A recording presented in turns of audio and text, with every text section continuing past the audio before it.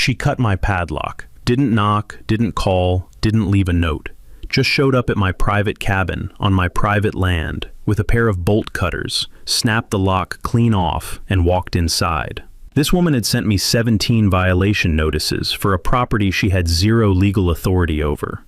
She'd filed complaints with 3 county agencies, all dismissed. She'd hired a fake environmental consulting company, run by her own son, to harass me with fraudulent reports.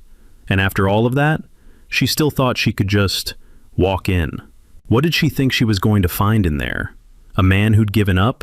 Someone who'd finally break under the pressure and sign her paperwork and make it all go away?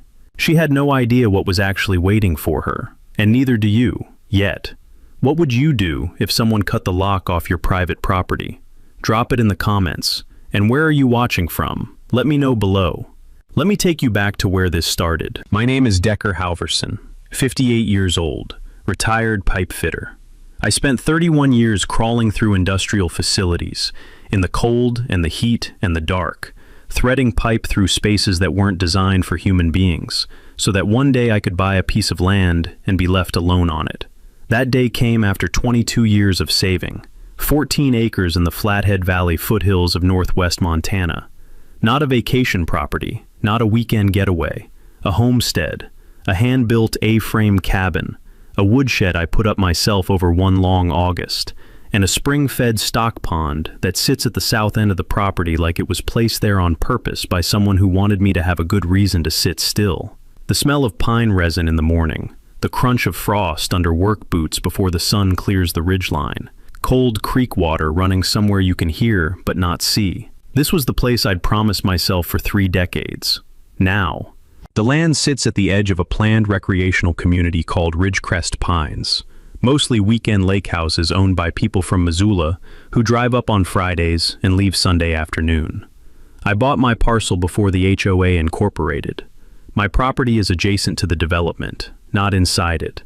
I never signed a single HOA document, not one. My deed is clean, my parcel map is clear, and my property taxes go to Flathead County, not to any community association. This matters. Remember it. Because approximately 8 months before she cut that padlock, I received a certified letter in my mailbox. Cheap inkjet printing, still faintly warm from the printer. The paper had that particular smell of an office machine running low on toner, slightly burnt, slightly stale. The return address said Ridgecrest Pines Community Association. Inside was a formal violation notice. It cited Ridgecrest Air Quality Covenant Section 4.2 and informed me that my wood stove was emitting particulate matter in violation of community standards, and that I had 30 days to remedy the situation or face further action. My wood stove, in my cabin, on my land, which is not in Ridgecrest. The notice was signed by the HOA board president, Vivian Pratt. Now, I want to describe Vivian Pratt to you because understanding her is important to understanding everything that followed. Vivian is a retired HR director from a regional insurance company. She is the kind of person who irons her linen sets before walking her dog. She owns a golf cart with a custom VP emblem on the hood and drives it down the private road through Ridgecrest like she's leading a motorcade. She has been HOA board president for 3 consecutive terms. Not because anyone is particularly enthusiastic about her leadership, but because nobody else wants the job badly enough to run against her. She uses the phrase community standards the way a pastor uses scripture, frequently, solemnly, and always in a tone that implies you should already know better. I called her the day I received the notice. She told me the community had concerns. I told her I wasn't in the HOA. She said, and I'm going to quote this exactly, because I wrote it down immediately after I hung up. Whether or not you've signed, your land falls under our sphere of influence. Sphere of influence. I hung up the phone. I went outside. I stacked firewood for about 45 minutes until I felt like a human being again. Then I went back inside, found an empty manila folder, wrote Vivian on the tab in capital letters, and dropped the violation notice inside. That folder was going to get very thick. 2 weeks after I ignored the violation notice, I walked out to check on the pond and found something that stopped me cold. orange survey flags, 8 of them driven into the ground in a diagonal line across the south corner of my property, cutting right through the edge of the tree line, heading toward the water. No letter, no phone call, no surveyor's name stamped on the plastic stakes. Just 8 little neon orange flags standing in my land like they belonged there. That particular shade of orange looks wrong against Montana pine green, like someone dropped a highlighter in a forest. I pulled one out. The plastic was warm from the afternoon sun and smelled faintly of diesel, the kind of smell that comes off a landscaping truck that runs all day. I stood there holding it for a moment. Then I pulled the other 7. I photographed every hole they left in the ground with my phone, timestamp on, GPS coordinates recorded. Then I drove to the county assessor's office and requested a certified copy of my parcel map, the official recorded document showing every boundary line of my 14 acres. Cost me $11 and about an hour of my afternoon, worth every penny. Here's your first practical insight, and I want you to actually remember this one. Your county assessor's office is one of the most powerful tools a property owner has, and most people never use it. A certified parcel map creates an official, time-stamped record of your boundaries that is extremely difficult to dispute in court. If someone is pushing on your property lines, get that document before anything else. Takeaway: a certified parcel map from your county assessor costs almost nothing and becomes your first line of legal defense in any boundary dispute. With that document in hand, I wrote Vivian a letter. Not an email, a letter, printed, signed, hand-delivered to her door. I cited Montana Code Section 70-16-111, the state's trespass statute, and informed her that the unauthorized placement of markers on private property constitutes trespass, that I had documented evidence of who placed them, and that any further actions on or toward my property would be recorded and considered for civil action. I was polite. I was precise. I did not threaten. I informed. Under Montana law, a property owner who can demonstrate willful trespass can seek actual damages, plus a penalty up to $1,000 per violation.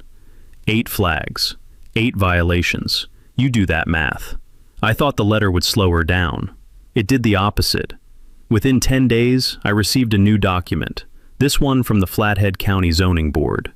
Vivian had filed a complaint claiming my wood stove was an illegal commercial-grade incinerator, operating without proper permits. A commercial-grade incinerator. I have a Jodel F602 wood stove that I bought at a hardware store in Kalispell for $840. It has a little cast iron handle and a glass window so you can watch the fire. It is, objectively, one of the most peaceful objects I own. The zoning board sent an inspector. He came out on a Tuesday morning, looked at the stove, looked at me, wrote something in his notebook, and closed the investigation 4 days later. No violation found. File closed. But here's what I noticed. The timing of that complaint was 3 days after I delivered my trespass letter to Vivian. She wasn't backing down. She was escalating. Every move I made, she pushed back harder, as if she genuinely believed that eventually I would get tired and give up. That told me something important about her. People who escalate under legal pressure usually do it because they've always won by sheer persistence before. They find someone who gets worn down, who decides the fight isn't worth it, who signs the paper or pays the fine just to make the noise stop. She had read me wrong. I already owned a trail camera, had for 2 years, because black bears are a real and enthusiastic presence in Flathead Valley, and I prefer to know when one is investigating my woodshed. The camera faced the access road. I checked the footage that evening out of mild curiosity. What I found wasn't bears. It was a golf cart, white, with a custom VP emblem on the hood. Parked on the logging road that borders my property. 2 people climbing out, walking onto my land, photographing my cabin. The footage was time-stamped. I made a copy. I put it in the folder. The folder was getting thicker. The zoning complaint dying on the vine didn't slow Vivian down for more than about 2 weeks. Then came the environmental report. It arrived certified mail, heavier envelope this time, cream-colored, with a logo in the upper left corner that said Ridgecrest Environmental Consulting, LLC. The report inside was 4 pages long, single-spaced, formatted to look official, and concluded that my spring-fed stock pond represented a stormwater runoff hazard to Ridgecrest common areas, requiring immediate remediation review. Attached was a cover letter signed by Vivian Pratt, requesting that I voluntarily suspend use of the pond, pending the outcome of the review. I read it twice. Then I did what I always do when something doesn't smell right, and this didn't smell right. It smelled like that burnt toner from the first letter, like something produced in a hurry by someone who needed it to look more official than it was. I typed Ridgecrest Environmental Consulting, LLC, into the Montana Secretary of State's business registry. The company had been formed 4 months ago. Its registered agent address was a house on Lakeview Court in Ridgecrest Pines. I pulled up the county property records for that address. It was Vivian Pratt's home. I sat back in my chair and looked at the ceiling for a moment. Then I called a water rights attorney in Missoula named Sandra Okafor. Not to file anything yet, just to understand what I was dealing with. I explained the situation. She asked me to email everything. 20 minutes after I did, she called me back laughing. Not the cruel kind of laughing. The kind that means you are not crazy, and this is exactly as absurd as you think it is. Here's what Sandra explained. Spring-fed stock ponds in Montana are regulated by the Department of Natural Resources and Conservation, not neighborhood HOAs. More importantly, my deed includes an explicit water rights appurtenance, meaning the pond is legally tied to my land as a protected beneficial water use under state law. Vivian's consulting company had exactly zero authority to issue any kind of regulatory assessment about it. The report wasn't just wrong, it was potentially fraudulent. Sandra wrote a 2-page response letter that systematically dismantled every claim in the environmental report. It cost me $300. It was the best $300 I ever spent. But she flagged something else, something I hadn't thought to check. She asked whether Ridgecrest Environmental Consulting, LLC, held the proper state licensure required to issue official environmental assessments in Montana. I checked. It did not. A company with no licensed environmental professionals, formed 4 months prior, had issued a formal regulatory document to a private property owner in an attempt to restrict his use of his own land. Here's your second practical insight. When someone sends you an official-looking document from a company you don't recognize, look up that company's registration before you respond to a single word of it. Business registries are public, free to search, and take about 4 minutes. If the company is brand new, has no licensed professionals, and shares an address with the person harassing you, that document is not what it's pretending to be. Takeaway: always verify the legal standing of any company issuing you a regulatory or compliance document. A fraudulent assessment can become the foundation of a harassment claim against the person who sent it. I filed a complaint with the Montana Board of Professional Engineers and Land Surveyors regarding the unlicensed assessment. It wasn't dramatic. It was a PDF submitted through a government website on a Wednesday afternoon. I didn't tell Vivian, I just filed it and let it sit. Bureaucratic complaints are like seeds. You plant them, you water them occasionally, and then one day something grows that surprises everyone, especially the person who didn't know you were gardening. Meanwhile, I went back to the trail camera footage. The golf cart visit I'd caught earlier? I reviewed the timestamps more carefully and realized this wasn't an isolated incident. The camera had caught Vivian's landscaping crew on my property on 4 separate occasions over the past 2 months. Walking the fence line, photographing the cabin, once, apparently, testing the door handle. I had video of all of it. I added the dates and timestamps to a running log I'd started keeping in a spiral notebook. Then I drove into Kalispell and made printed copies of every frame where you could clearly see the golf cart emblem. The folder now needed a rubber band to stay closed. The water rights letter went unanswered. No response from Vivian. No acknowledgement. Just silence. The particular silence of someone who has decided to change tactics rather than retreat. About 3 weeks later, every resident of Ridgecrest Pines received a mass email from the HOA board. The subject line read, "Community Security Update. Concerns regarding adjacent property activity." The email didn't name me. It didn't have to. It described an adjacent parcel whose owner was allegedly operating an unlicensed short-term rental, bringing transient guests onto the property and creating security concerns for Ridgecrest families. I have never rented my cabin. Not for a night, not for a weekend, not for money, not for anything. I barely have reliable Wi-Fi up there. The idea of running a short-term rental from a property where the nearest coffee shop is 40 minutes away is genuinely funny to me. But the email generated fear, and that was the point.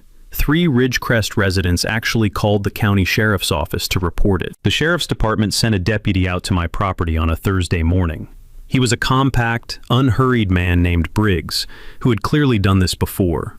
He knocked on my door, accepted a cup of coffee, walked through the cabin, looked around the property for about 10 minutes, wrote in his report, "No evidence of commercial activity of any kind," and left. On his way out, he said, "Whoever filed this, they've got a lot of time on their hands." I didn't say anything. I just nodded. But that email bothered me in a specific way. It wasn't just the lie. It was the mechanism of the lie. Vivian had used the HOA's official email list, a community communication resource, to distribute what was essentially a smear campaign against a private citizen.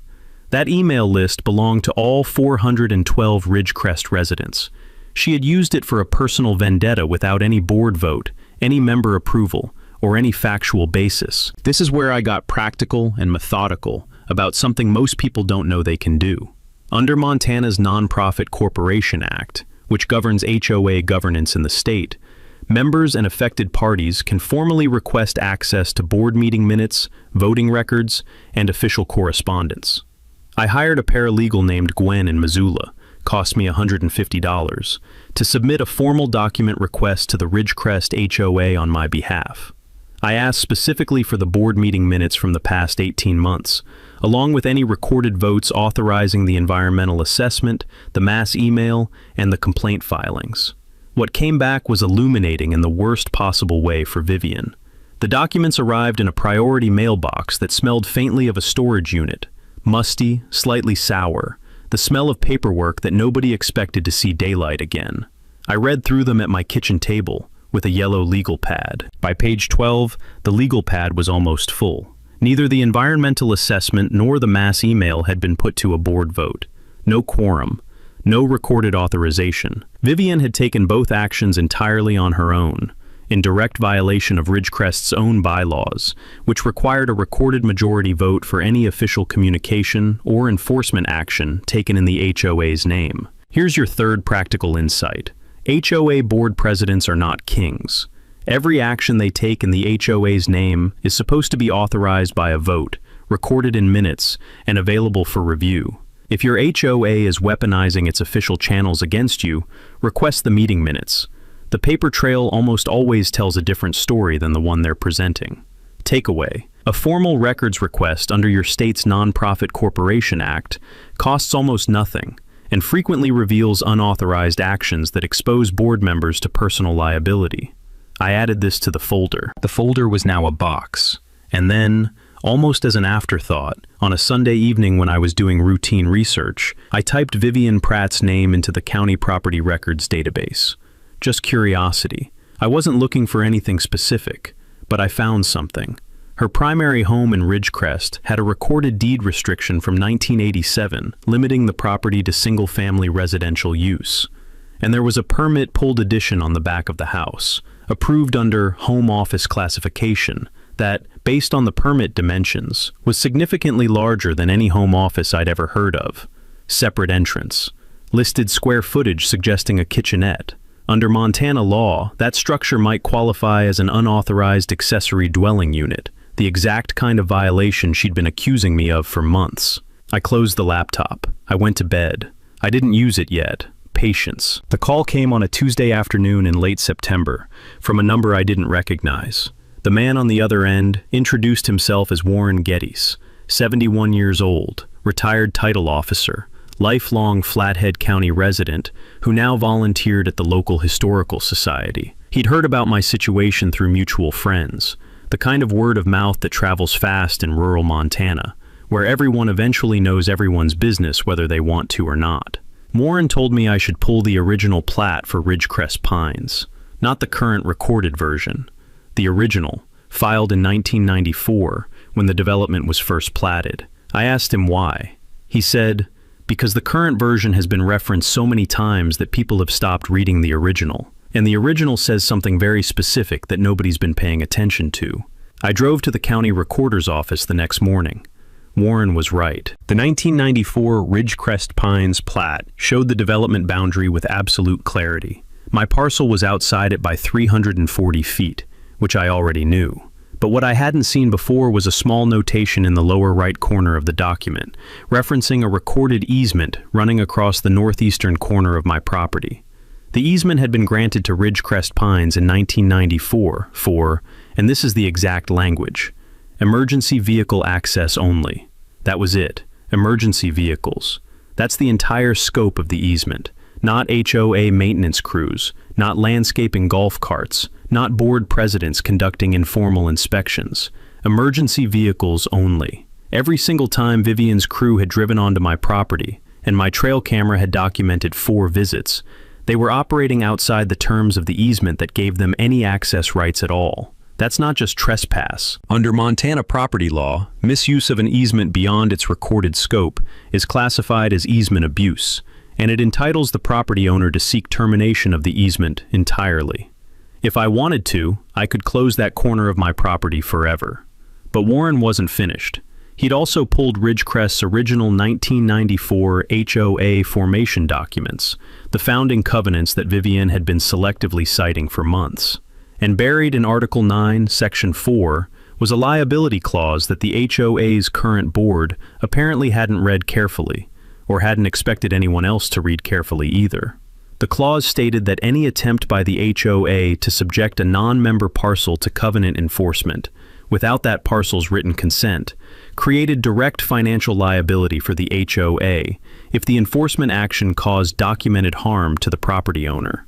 $300 in attorney fees, $150 in paralegal fees, 1 documented rental inquiry I'd declined during the dispute. All of it suddenly had a legal home to live in. I sat in my truck in the county recorder's parking lot for about 10 minutes after Warren walked me through it. The engine was off. It was quiet except for the sound of a flag snapping in the wind somewhere above the building. I want to pause here because this is the part where most people pick up the phone and start swinging. File everything at once. Go loud. Make noise. Decker Halverson did not do that. I drove home. I made a list.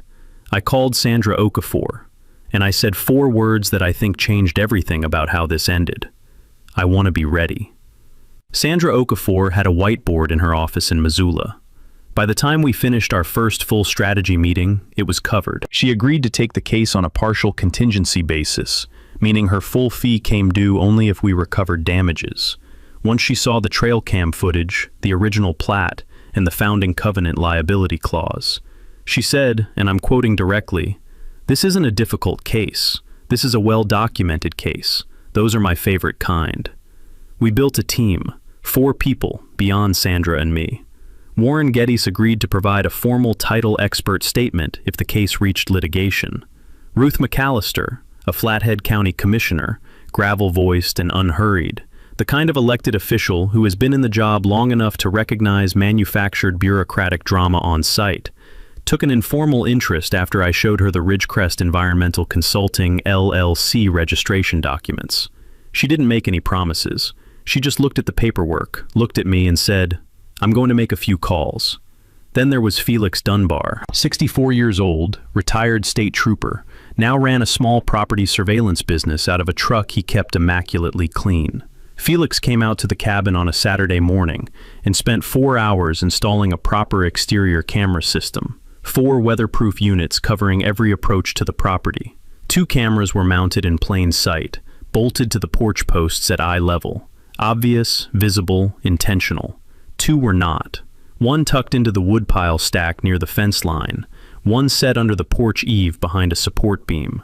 All 4 captured video only, no audio. This matters legally, and I want to be clear about it. In Montana, and in most states, recording video on the exterior of your own property without audio does not require the consent of anyone being recorded. You're on your land. The camera is facing your land. Audio recording laws are considerably more complicated and vary significantly by state. Felix knew this cold, and he set every camera to video only specifically for that reason. Takeaway: Exterior video surveillance on your own property is legal in most states without consent, but always verify your state's audio recording laws before adding sound. That one detail can be the difference between evidence and a lawsuit. With the cameras in place, Sandra laid out the three-phase legal strategy. Phase 1, a formal cease and desist letter, sent certified mail with return receipt, covering trespass, easement abuse, and unauthorized use of HOA communications. This wasn't an attack. It was documentation, proof that Vivian had been formally warned, with a date stamp, before anything else happened. Phase 2, a complaint to the Montana Commissioner of Political Practices, arguing that Vivian's use of the HOA email list for a personal harassment campaign potentially exposed the HOA to organizational liability. This complaint, if accepted, would put a second government agency in the file, alongside the Board of Engineers complaint I'd already submitted. Phase 3, a civil lawsuit for trespass, easement abuse, and damages under the 1994 liability clause, with easement termination as the ultimate remedy on the table. Here's why that third piece mattered strategically. That easement corner on my property is the only practical route to the eastern walking trail that Ridgecrest residents use regularly. Without it, they'd have to walk an extra half-mile around the development perimeter. Vivian had been depending on my passive tolerance of the easement's misuse to keep that trail accessible. She'd never considered that the easement was terminable, or that I knew it. The cease and desist went out on a Wednesday. Certified mail, return receipt, delivered to Vivian's door on Friday morning. And then I did one more thing, a simple thing. I drove to the hardware store and bought 3 no trespassing signs, the standard county-approved format, white with red lettering, 8.5 by 11 inches, and mounted them at my property boundary at the legally required height and spacing. Why does this matter? Because in Montana, properly posted no trespassing signage changes the legal classification of future willful trespass. A person who enters posted land after receiving a cease and desist isn't just committing civil trespass, they're potentially committing criminal trespass, a significantly more serious matter. Takeaway: posting correct no trespassing signage before a known conflict can change the legal classification of future unauthorized entry from civil to criminal. Check your state's specific signage requirements, because the details matter. That evening, Felix's cameras blinked green in the dark at every corner of my property. I made a bowl of chili on the wood stove. The cabin smelled like cumin and wood smoke. I sat on the porch and watched the indicator lights. For the first time in months, I felt like the patient one. And in this particular situation, patience was the most dangerous thing I had. 3 days after Vivian received the cease and desist, she did not comply. Of course she didn't. What she did instead was call a reporter at a small regional newspaper in Kalispell. She gave an anonymous tip, at least she thought it was anonymous, claiming that a compound-style property near Ridgecrest was being operated by a survivalist who posed a potential fire hazard to surrounding properties. A survivalist. Because I have a wood stove and a woodshed. The reporter's name was Tom Birchfield. He drove out to my property on a Tuesday, spent about 20 minutes looking around, spent another 20 minutes talking to me on the porch, and then politely declined to write the story Vivian had been hoping for. What he said before he left was, "This isn't really the story here, is it?" I told him there was a bigger one if he was interested. He gave me his card. He said to call him when the time was right. I kept the card. Meanwhile, Ruth McAllister had been making those calls she mentioned. She pulled the full business registration for Ridgecrest Environmental Consulting, LLC, and discovered something I hadn't yet confirmed. The company's co-founder, listed alongside Vivian in the formation documents, was her adult son, Bradley Pratt, age 34, who manages a self-storage facility in Polson and holds no environmental credentials of any kind. No degree, no license, no certification, nothing. The company had been in existence for 4 months. It had issued exactly one document in that time, the fraudulent environmental assessment against my pond. Ruth referred the matter to the county attorney's office for a preliminary review of potential fraudulent business practices. This was not yet public. It was a referral, a file being opened in a government office somewhere, the kind of thing that sits quietly until someone needs it. Then Vivian called me directly. It was a Sunday morning. I was drinking coffee and watching a pair of white-tailed deer work the edge of the tree line near the pond. She opened with pleasantries, actually pleasantries, like we were acquaintances who'd had a minor disagreement, rather than people who had been in active legal conflict for 4 months. Then she got to the point.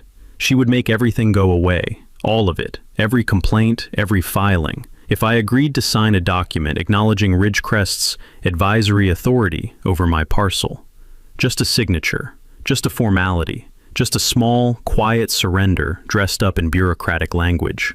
I said, "Let me think about it." She sounded pleased when we hung up. What she didn't know was that I'd started keeping a digital voice recorder next to the phone about 6 weeks earlier. Montana is a single-party consent state for phone recordings, meaning I can legally record any call I'm a participant in without notifying the other party. The recording of that conversation, Vivian Pratt, HOA board president, explicitly offering to withdraw official complaints in exchange for a legal concession from a private property owner, was in Sandra Okafor's email inbox within the hour. Sandra called me back in 20 minutes. She used the word beautiful twice. What Vivian had just done, legally speaking, was offer something that could be characterized as using her official HOA authority as leverage in a personal negotiation, a potential abuse of organizational power that strengthened every claim in our civil complaint. She'd handed us a gift and wrapped it herself. Behind the scenes, Sandra had also been quietly making contact with 2 other property owners, both of them adjacent to Ridgecrest, neither of them HOA members, who had received similar advisory notices from Vivian's board in the past 2 years. Both of them had ignored the notices at the time, uncertain whether they had any recourse. Now, with the legal framework Sandra had built around my case, both of them wanted in. The civil complaint was no longer Decker Halverson versus Vivian Pratt over a boundary dispute. It was a documented pattern of conduct, 3 separate property owners, 18 months of unauthorized enforcement actions, a fraudulent consulting company, and an HOA president who had been operating well outside the boundaries of her own organization's bylaws. That changes the math considerably when you're sitting across from someone in a settlement conference. I went back to watching the deer. One of them looked up at me for a long moment, then went back to the grass. We understood each other. Vivian had been quiet for about 10 days after the Sunday phone call. Then she found the Ridgecrest Pines neighborhood Facebook group and decided that was her next battlefield. The post went up on a Thursday evening, 4 paragraphs long, carefully worded to avoid naming me directly, while making absolutely certain every one of the 412 members knew exactly who she was talking about. She described ongoing legal and safety concerns with a non-compliant adjacent property. She used the word "unfortunately" 4 times. She attached a photograph. The photograph was of my cabin, taken from the logging road, after the cease and desist had been delivered to her door. Comments came fast. Most were supportive, the kind of reflexive community solidarity response that happens when a trusted authority figure frames something as a shared threat. A few were skeptical, and then, about 40 minutes into the thread, a woman named Constance Adler posted a single line. "Has anyone actually spoken to the property owner?" Vivian deleted the comment within the hour, but Constance had already been seen by enough people that 3 of them messaged her privately. And Constance, it turned out, was not someone you could simply delete and move on from. She called me 2 days later. Constance Adler, 67 years old, retired judge from Missoula, 11-year Ridgecrest resident, and by her own description, the person at every HOA meeting who keeps asking where the financial disclosures are. She had been raising objections to Vivian's expanding board authority for 2 years.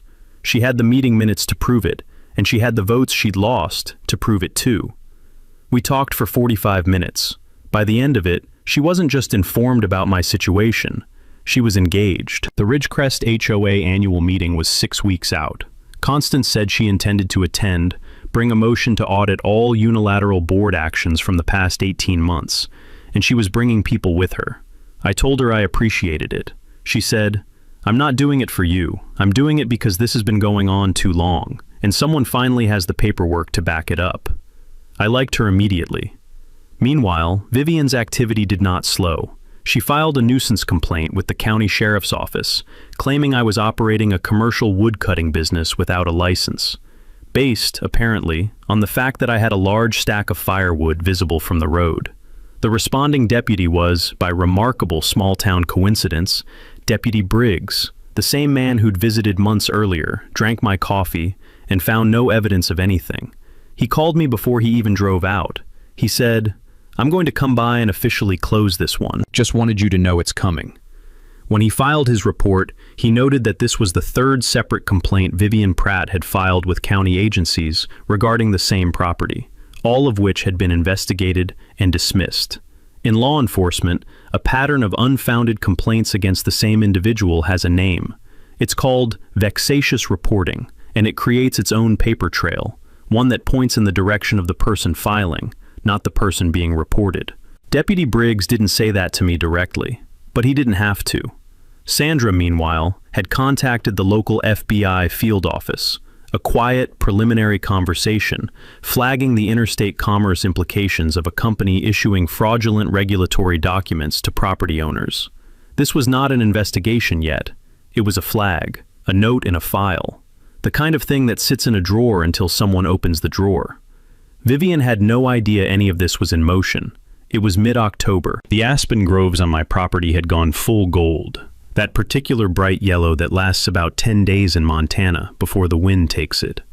I walked the fence line in the evenings, checking my no trespassing signs, checking the camera housings, watching the light change on the pond. The air smelled of coming snow and dry leaves and something faintly like wood smoke drifting from the cabin behind me. I felt the specific calm of a man who has done everything correctly and is now simply waiting for the other person to make the last move. She was going to make it. I knew that. People like Vivian always do. The question was just when, and whether she'd bring someone with her. The Ridgecrest Pines HOA annual meeting was held on the second Saturday of November, in the community center near the lake, a cedar-sided building with folding chairs, fluorescent overhead lighting, and a 30-cup coffee urn that had been burning the same batch since approximately 2014. 83 residents showed up, highest attendance in 7 years. Constance Adler had personally contacted 12 of them. Word had gotten around that this meeting was going to be different. Vivian arrived in pressed charcoal linen, PowerPoint clicker in hand, a smile that said she was completely in control of the room. She opened the meeting at 7 o'clock exactly, thanked everyone for attending, and clicked to her first slide. A title card that read, "Protecting Our Community, Year in Review." I was not inside that building. I am not an HOA member and had no standing to attend. I didn't need to be there. Sandra Okafor was in the parking lot with a process server. Tom Birchfield, the reporter from the Kalispell paper, the one Vivian had tried to weaponize against me 4 months earlier, was in the back row of the community center with a notebook. His story hadn't run in September. It ran that morning. The headline was measured but clear. Flathead County Attorney reviews HOA-linked company for fraudulent practices. It named Ridgecrest Environmental Consulting LLC. It named Bradley Pratt. It did not yet name Vivian by name, but anyone in that room who read it before the meeting started knew exactly who was being discussed. Vivian was 3 slides into her presentation when the back door opened. A Flathead County code enforcement officer and a sheriff's deputy walked in. They were not there for drama. They were deliberate, quiet, professional. They moved down the side aisle. The room noticed. The room went silent in that particular way rooms go silent when something official and unexpected is happening. The officer approached Vivian at the front of the room and handed her a document packet. The civil complaint, filed that morning by Sandra Okafor on behalf of myself and 2 co-complainants. And a second document, formal notice that the Flathead County Attorney's Office had opened an inquiry into Ridgecrest Environmental Consulting, LLC, for potential fraudulent business practices. Vivian looked down at the papers, looked up at 83 people watching her, looked back down. The coffee urn gurgled in the kitchen. While this was happening inside the community center, and the timing here was not accidental, it was coordinated to the minute, Felix Dunbar's cameras activated an alert on my phone. Bradley Pratt had arrived at my property. He came in through the easement corner with a set of bolt cutters, the same tool his mother had apparently decided was the family's go-to instrument, and cut my new padlock off the gate I'd installed at the property boundary. Then he walked onto my land toward the fence line near the woodpile, apparently headed for a locked storage box the HOA had placed on my property months earlier without my knowledge or consent. He was on my land, in violation of a served cease and desist, with bolt cutters in his hand. 2 sheriff's deputies, who had been briefed by Sandra and positioned a quarter-mile down the logging road, drove up within 90 seconds of Felix's alert. They found Bradley Pratt standing on my property next to my cut gate, holding the bolt cutters, with 4 camera angles documenting every second of it. He was detained, cited for criminal trespass and misdemeanor vandalism. The storage box was photographed and inventoried by the deputies as potential evidence. Back at the community center, Constance Adler stood up. She didn't raise her voice. She didn't make a speech. She simply moved, formally, with a clear second from 3 residents near the front, that the board vote immediately on retaining an independent attorney to review all board actions taken by Vivian Pratt without recorded authorization over the past 18 months. The vote was 51-12. Vivian was still holding the civil complaint papers. Tom Birchfield was writing in his notebook. The process server had already left. I got the call from Felix about 4 minutes after Bradley was detained. I was standing on my porch in the November cold, watching the aspens, bare now, just white branches against a gray sky. My phone buzzed. Felix said 2 words, "It's done." I went inside and put a log on the fire. Here's how the pieces came down. Bradley Pratt was cited for criminal trespass and misdemeanor vandalism for the destroyed padlock. He pled down to a fine and 40 hours of community service. The criminal filing didn't go away, though. It became part of the evidentiary record in the civil case, alongside the trail cam footage, the cease and desist records, and the documented pattern of HOA violations. Vivian resigned from the HOA board 12 days after the annual meeting. Not voted out, not fired. Quietly advised by her personal attorney that continued board involvement would only amplify her personal exposure in the civil suit. She submitted a 1-paragraph resignation letter. The board accepted it the same day. The civil case did not go to trial. 4 months after Sandra filed the complaint, Vivian's homeowner's insurance carrier, covering her to her policy limit, which was less than Sandra had estimated in potential damages, authorized a settlement. The number was $47,000. That covered my documented legal fees, out-of-pocket costs, the 2 co-complainants' documented losses, and a negotiated payment in lieu of full easement termination. In exchange, Vivian and the Ridgecrest HOA agreed to formally restrict the easement to its original emergency vehicle-only language, install a locked gate, accessible only to county emergency services, and issue a written acknowledgement that my property had never been subject to HOA jurisdiction. The walking trail that Ridgecrest residents had been using through my property corner, the one Vivian had been depending on my passive tolerance to keep open, was closed to general use. I didn't have to do that. It was my choice. But if you spend months weaponizing a legal document against someone, you don't get to be surprised when they read it more carefully than you did. The Ridgecrest Environmental Consulting LLC matter ended with Bradley Pratt pleading guilty to 1 count of issuing a fraudulent regulatory document. The fine was modest. The record is permanent. The company was dissolved. And here's the thing about Vivian's unauthorized addition on her home. The one that looked a lot like an accessory dwelling unit. The same violation she'd been falsely accusing me of for months. I never filed a complaint about it. I never used it as leverage. I mentioned it once to Sandra, who smiled and said, "Keep it in your back pocket." We never needed it. I took $8,000 of the settlement and donated it to the Flathead County 4-H Land Stewardship Program, a youth agricultural education initiative that teaches high school students about water rights, property law, and sustainable land management.